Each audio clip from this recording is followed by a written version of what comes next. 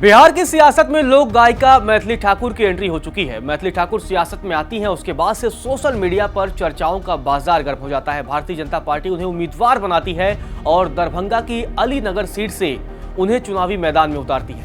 लेकिन जिसके बाद कयास लगाए जा रहे हैं, क्या मैथिली ठाकुर की जीत की राह आसान होगी और क्या पहले ही चुनाव में वो इतिहास रच पाएंगी और क्या वो जीत कर विधानसभा पहुंचेगी। दरअसल आपको बता दें, भारतीय जनता पार्टी ने मैथिली ठाकुर को दरभंगा की अलीनगर सीट से विधानसभा का टिकट दिया है। दूसरी लिस्ट में ही मैथिली ठाकुर का नाम शामिल था।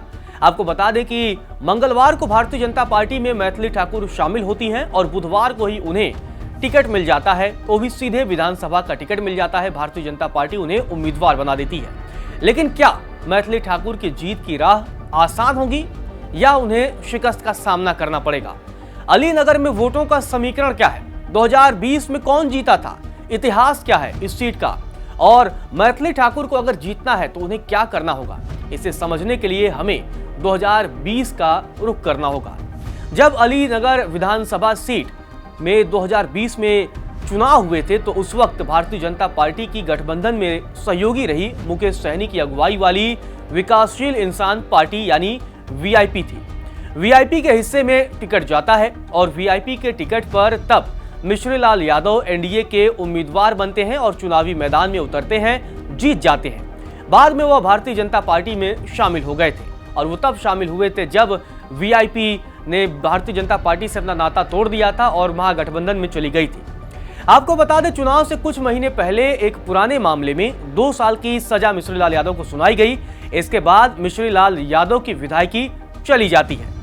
कोर्ट का फैसला इसी साल 27 मई को आया था, जिसके बाद से मिश्री लाल यादव की विधायकी चली गई। ऐसे में जब मिश्री लाल यादव की विधायकी जाती है तो भारतीय जनता पार्टी को नए चेहरे की तलाश थी। भारतीय जनता पार्टी एक ऐसा उम्मीदवार उतारना चाहती थी जिसकी जीत के लिए उसे बहुत मशक्कत न करनी पड़ी, जो लोकप्रिय हो। ऐसे में भारतीय जनता पार्टी ने अपने कार्यकर्ताओं की जगह मौका दिया मैथिली ठाकुर पर। मैथिली ठाकुर पर भारतीय जनता पार्टी ने दांव लगाया, क्योंकि मैथिली ठाकुर बिहार के साथ ही देश में इन दिनों चर्चित शख्सियत हैं और अपने गायकी के दम पर हर वर्ग में पहचान बना चुकी हैं। यही वजह है कि भारतीय जनता पार्टी ने उन्हें मौका दिया और एक दांव लगाया कि आखिर हम मैथिली ठाकुर पर दांव लगाएंगे और उनके जरिए हम विधानसभा का चुनाव जीतेंगे। लेकिन उससे पहले आपको 2020 के नतीजे बताते हैं कि आखिर अलीनगर में 2020 के नतीजे क्या थे। आपको बता दें, 2020 में एनडीए की तरफ से वीआईपी के मिश्री लाल यादव चुनावी मैदान में उतरते हैं और उन्हें कुल 61,082 वोट मिलते हैं। और इसी सीट पर आरजेडी ने तब विनोद मिश्रा पर दांव लगाया था। विनोद मिश्रा को 57,981 वोट मिलते हैं। यानी यहां पर एनडीए को जीत मिलती है और वीआईपी की अगुवाई में एनडीए को जीत मिलती है और इस तरीके से एनडीए उम्मीदवार 3,101 वोटों के अंतर से जीतता है। हालांकि यह अंतर बहुत ज्यादा नहीं था, वोटों का अंतर बहुत कम था। इस लिहाज से अगर देखा जाए तो मैथिली ठाकुर के लिए मामला इतना आसान नहीं होने वाला है, क्योंकि पिछली बार जो हार जीत का अंतर था वो महज 3,000 वोटों के आसपास का था। ऐसे में अब मैथिली ठाकुर के लिए बड़ी चुनौती ये होगी कि वो इस अंतर को क्या बड़ा कर पाएंगी, क्योंकि जब भारतीय जनता पार्टी ने मिश्री लाल यादव पर दांव लगाया था तो मिश्री लाल यादव को यादव वर्ग का भी वोट मिला था, जो कि भारतीय जनता पार्टी के साथ अक्सर जाता नहीं है। तो ऐसे में क्या मैथिली ठाकुर यादव वोट बैंक को भी साध पाएंगी, ये देखना दिलचस्प होगा। आपको बता दें कि जब 2020 में सीट बंटवारा हुआ था तब ये सीट मुकेश सहनी के ही खाते में गई थी। तो भारतीय जनता पार्टी ने उस समय टिकट दिलवाया था, मुकेश सहनी से ये कहकर दिलवाया था कि आपके पास कोई मजबूत उम्मीदवार नहीं है। हालांकि अलीनगर सीट के अतीत की अगर बात करें, क्योंकि अतीत में झांकना भी बहुत जरूरी है, क्योंकि भविष्य की जो कहानी लिखी जाती है उसमें अतीत का बहुत प्रभाव होता है और इसीलिए मैथिली ठाकुर के लिए ये जीत कितनी आसान होगी, इसलिए हमें अलीनगर सीट के अतीत में भी जाना होगा, उसके इतिहास में भी हमें देखना होगा कि आखिर यहाँ पर वोटिंग का पैटर्न कैसा था, किस पार्टी का वर्चस्व था और किस तरीके से वो चुनाव में अपनी रणनीतियों पर उतरती थी। दरअसल अगर अतीत की तरफ जाएं तो यह सीट आरजेडी का गढ़ मानी जाती रही है। 2008 में जब परिसीमन हुआ था तो मीनागाछी विधानसभा सीट के कुछ हिस्से दरभंगा ग्रामीण विधानसभा सीट में मर्ज कर दिए गए थे और बाकी बचे हिस्से को लेकर अलीनगर सीट अस्तित्व में आई थी। यानी इसके पहले यह सीट 2008 के पहले तक मीनागाछी के नाम से जानी जाती थी। 2008 में इस सीट का भूगोल भी बदला और साथ ही बदल गए सामाजिक समीकरण भी, राजनीतिक समीकरण भी। कभी नागेंद्र झा, कभी मदन मोहन झा जैसे कांग्रेस के कद्दावर ब्राह्मण चेहरों की सीट का यह क्षेत्र आरजेडी का गढ़ बनकर उभर गया। मतलब एक समय ब्राह्मण नेताओं का वर्चस्व था, लेकिन धीरे धीरे आरजेडी का यहां पर गढ़ बन जाता है। मीनागाजी सीट से ललित कुमार यादव 3 बार विधायक रहे। तब आरजेडी के कद्दावर नेता अब्दुल बारी सिद्दीकी बिहार विधानसभा में बेनीपुर की अगुवाई करते थे। पर सीमन के बाद अलीनगर सीट अस्तित्व में आते ही बदले समीकरण देख सिद्दीकी ने इस सीट का रुख कर लिया और 2010-2015 के चुनाव में विजयी रहे। साल 2020 के चुनाव में आरजेडी ने अलीनगर में ब्राह्मण कार्ड चला। पार्टी ने विनोद मिश्रा को उम्मीदवार बनाया। आरजेडी के ब्राह्मण दावों को काउंटर करने के लिए एनडीए ने यादव दांव चला। आरजेडी को करीबी लड़ाई में मात मिली, लेकिन जातीय समीकरणों का उलट पुलट हो गया था। आरजेडी जहां बीजेपी के कोर ब्राह्मण वोट में सेंध लगाने में सफल रही, वहीं एनडीए के उम्मीदवार को भी यादव वोट बैंक मिले। मतलब एक तरीके से यहां मामला पलटता हुआ दिखाई दिया। बीजेपी को 2020 के चुनाव में यह भरोसा था कि ब्राह्मण वोटर आरजेडी के साथ नहीं जाएगा, लेकिन ऐसा हुआ नहीं। अलीनगर विधानसभा क्षेत्र में यादव और ब्राह्मण दोनों जातियों के मतदाताओं की तादाद लगभग बराबर है और दोनों ही डिसाइडर की भूमिका में रहते हैं।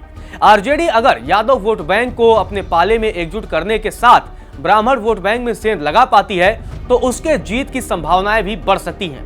और अगर ऐसा होता है तो मैथिली ठाकुर के लिए जीत की राह मुश्किल हो जाएगी। आपको बता दें, बीजेपी 2020 के चुनाव से सीख लेकर इस बार सतर्क है और ब्राह्मण चेहरे पर दांव लगाया है। मैथिली ठाकुर ब्राह्मण है और जाति से परे हर वर्ग के लोगों के बीच लोकप्रिय है। बीजेपी को भी यह पता है कि वो हर जाति वर्ग की महिलाओं का समर्थन भी हासिल कर सकती है, क्योंकि वो बतौर युवा हैं और महिलाओं के बीच उनकी एक विशेष लोकप्रियता है। अब चलते हैं जातीय समीकरण पर। आखिर कौन सी जातियां यहाँ हैं जो यहाँ पर चुनाव डिसाइडर है? जातीय समीकरण की तरफ अगर रुख करेंगे तो अलीनगर में चुनावी जो नतीजे हैं उसमें ब्राह्मण, यादव, मुसलमान, दलित और अन्य पिछड़े वर्गों के मतदाता बहुत बड़ा मतलब इम्पैक्ट रखते हैं और ये चुनाव को सीधे तौर पर प्रभावित भी करते हैं। इस सीट पर अन्य जातियों और समुदाय गेम चेंजर भी साबित होते रहे हैं। यहाँ महिला मतदाताओं की एक बड़ी संख्या है। कुल आबादी की अगर बात करें, कुल मतदाताओं की बात करें तो 2,84,000 मतदाताओं में लगभग 1,35,000 महिला मतदाता भी हैं। तो ऐसे में ये महिला मतदाता काफी हद तक डिसाइडर होने वाली है, क्योंकि बीजेपी ने मैथिली ठाकुर पर दांव लगाया है और वो महिला है। ऐसे में महिलाओं का वोट बैंक मैथिली ठाकुर अपनी तरफ खींचने में कितना सफल होती हैं, ये देखना भी दिलचस्प रहेगा। और अगर वो महिलाओं के वोट बैंक में एक बड़े वर्ग में अगर अपनी पकड़ बना लेती हैं तो निश्चित तौर पर उनकी जीत की राह आसान भी हो सकती है। अलीनगर की अर्थव्यवस्था अगर की बात की जाए तो मुख्य रूप से यहाँ कृषि पर भी निर्भर करती है। यहाँ पर चावल, गेहूं, मक्का और तमाम प्रमुख फसलों का उत्पादन होता है, तो यानी यहाँ किसानी भी एक बड़ा मुद्दा है। अब ऐसे में लोक गायिका रहने वाली मैथिली ठाकुर किसानों को कितना साध पाएंगी, ये देखना दिलचस्प रहेगा। किसानों के हितों की कितना बात कर पाएंगी, इस पर भी नजरें रहेंगी। हालांकि यह क्षेत्र बाढ़ प्रबंधन से संबंधित लगातार चुनौतियों का सामना करता रहा है। मतलब हर साल बाढ़ से यहाँ पर भयंकर तबाही मचती है, किसानों की फसलें तबाह हो जाती हैं। इसके अलावा सड़क सुधारों की भी कमी मानी जाती है, डिग्री कॉलेजों की भी उस तरह से उपस्थिति नहीं है, अपर्याप्त स्वास्थ्य सुविधाओं की वजह से भी यहाँ पर तमाम चुनौतियां भी हैं। इन दबाव वाले स्थानीय मुद्दों को अब ये मैटर करेगा कि मैथिली ठाकुर किस तरीके से लोगों के बीच जाकर उनका भरोसा जीत पाती हैं कि नहीं, क्योंकि बाढ़ एक बड़ी समस्या है, उससे किसान सीधे तौर पर प्रभावित होते हैं और किसानों से किस तरीके से मैथिली ठाकुर कनेक्ट कर पाएंगी, इस पर भी नजर रहेगी। क्योंकि अगर वो किसानों को भी कनेक्ट कर लेती हैं तो उनकी जीत की राह आसान हो सकती है। दूसरी एक बड़ी वजह जो सामने आ रही है कि भारतीय जनता पार्टी के तमाम उम्मीदवार वहां पहले से तैयारी कर रहे थे।